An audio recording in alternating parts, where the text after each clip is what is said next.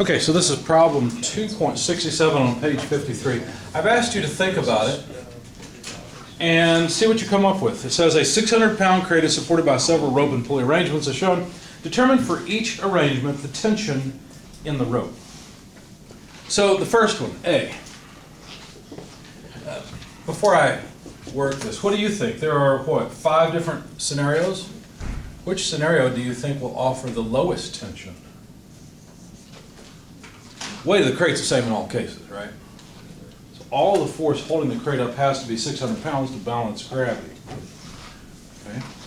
In which of these 5? There's A through A through E. That'd be 6 if it was A through F. There are 5 scenarios. In which of these scenarios do you think the tension is lowest? How many people want to vote for A? B? C, anyone? D?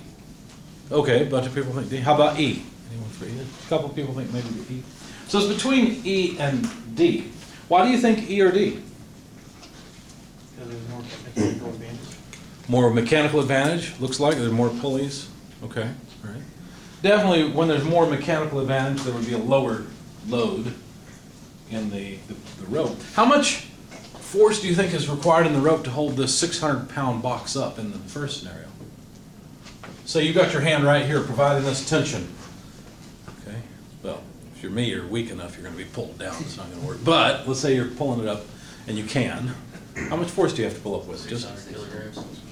well, number one, we're in pounds.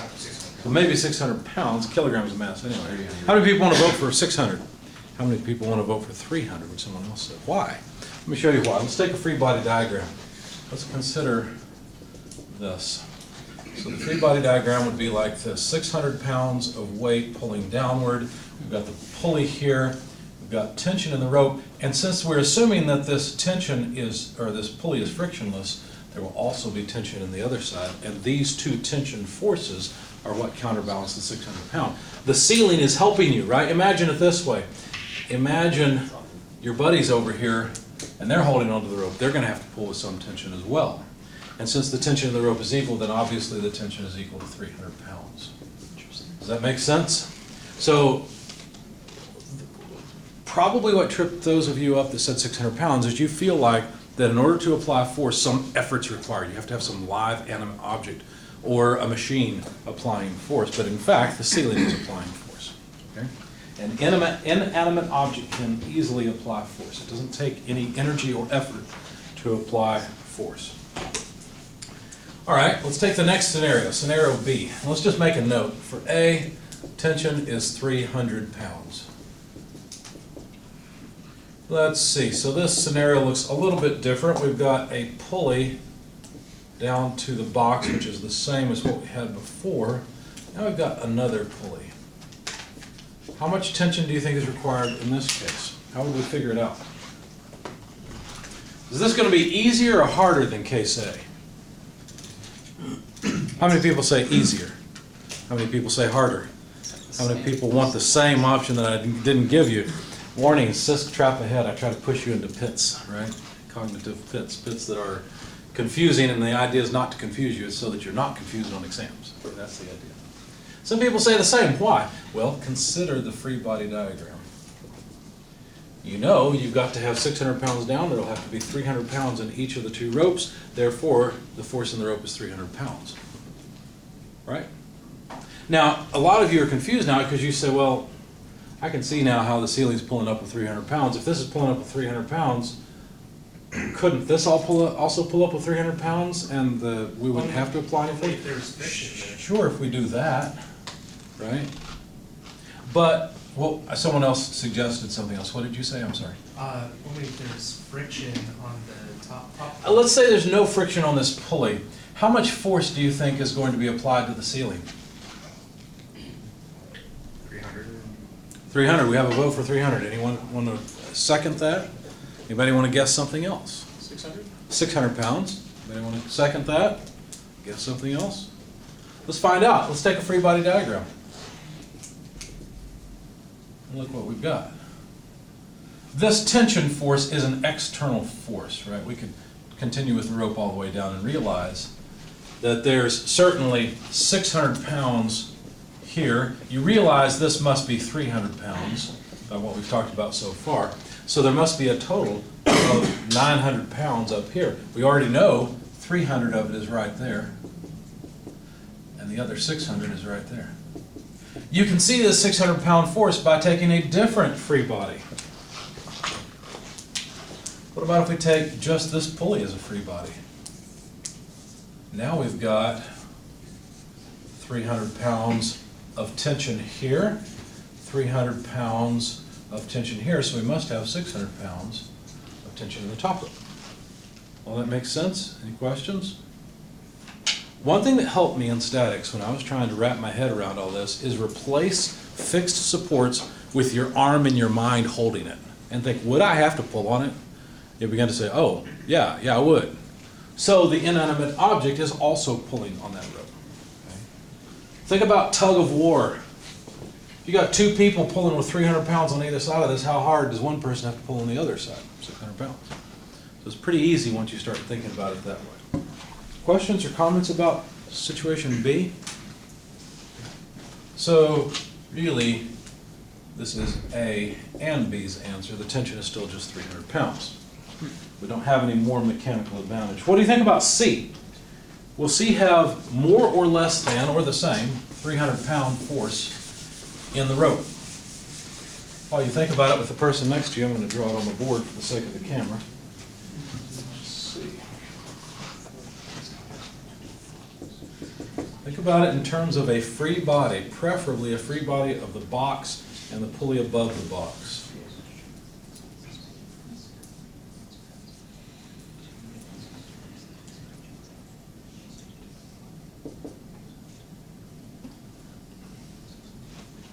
Might help if I make the rope a different color so you can see it.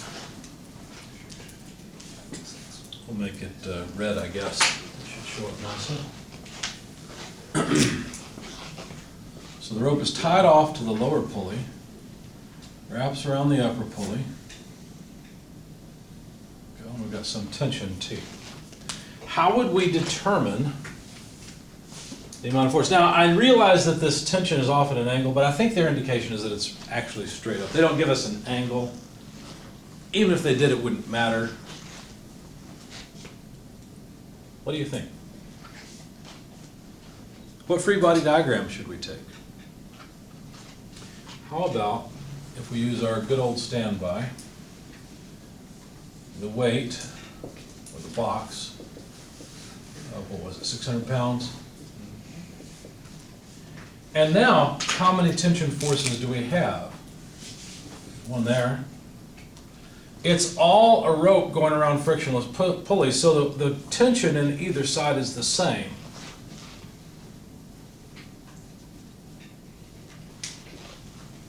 Like that, right? And so, how much tension must there be? 200 pounds. Tension's the same in all of them, you see? Now, if we were to take this tension, let's say the rope only comes to there, and we pull the rope this way, well, that's a different free body diagram, isn't it? They didn't indicate an angle, and so therefore, if the tension goes off like this, we've got a little bit of a problem because this is no longer a statics problem. Number one, the tension would have to be 200 or 300 pounds now. But we'd have to have some other force preventing the thing from accelerating to the right. Okay? Hopefully that makes sense now intuitively as you look at figure C and you realize, wow, if we angle that way down, the whole thing is going to go to the right. Now what would happen? How far to the right would it go? It would go far enough so that the tension in the ropes would have enough of a component to cancel the horizontal component of that tension, depending on what angle you took, you see. That's the reason it has to move to the right. That's the reason it would stop moving to the right, because as it moves to the right, what's going to happen is the angle of the tension forces will get to a point where they finally balance however much tension there is. And we're not going to bother calculating that angle. If you'd like to, you actually could. But what we'll do is just continue. So C is the first place where we see a different answer. And again, we're assuming that the tension is basically just straight up. So for C, the tension was 200 pounds. How much force is in this cable. Let's go back to the tension being straight up and down. How much force is in that cable? Well, take a free body diagram and you can find out. Because if you think about it, the tension here of 200 pounds is external to the system, really. It's being pulled by something external, just like this is an external force, this weight. The only other place we get force is right up here. So our free body diagram is a little bit different. Let's see, let's draw it again.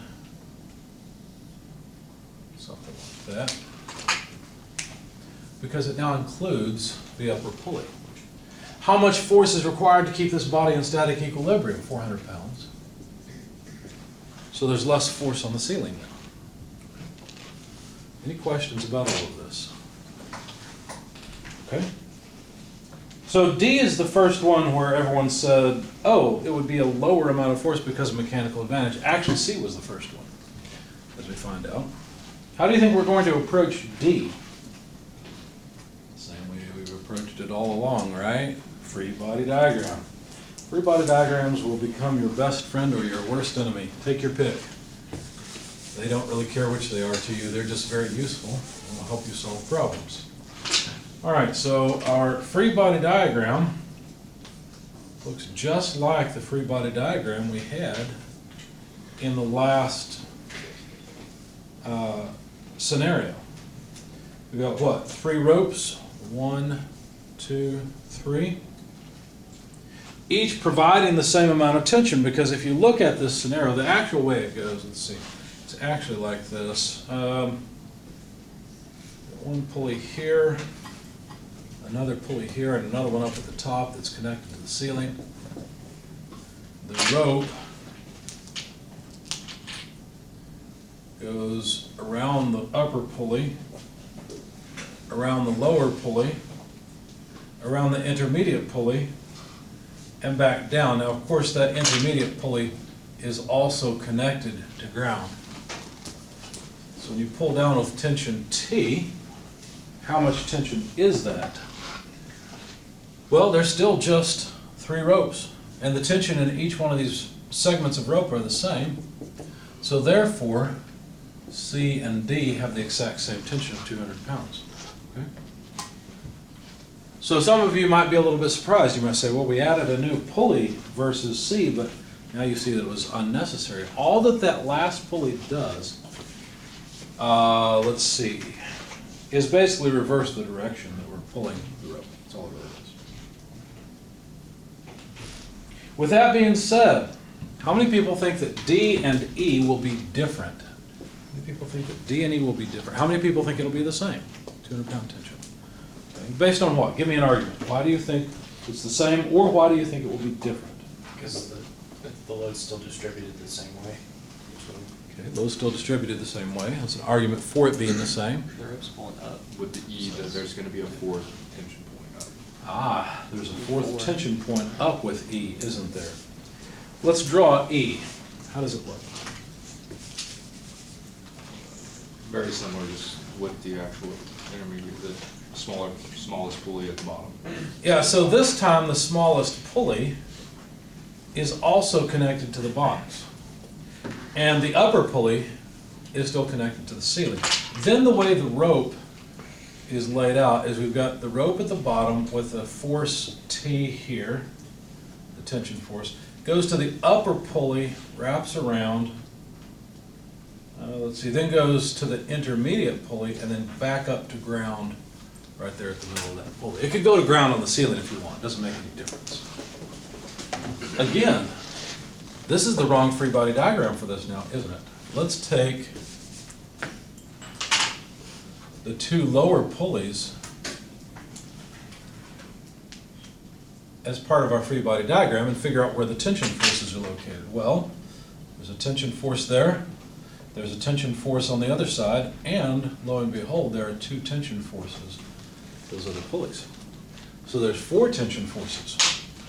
If the weight is 600 pounds, and we've got 4 tension forces, all have to be equal, then take 600 divided by 4, and there's your force, 150 pounds.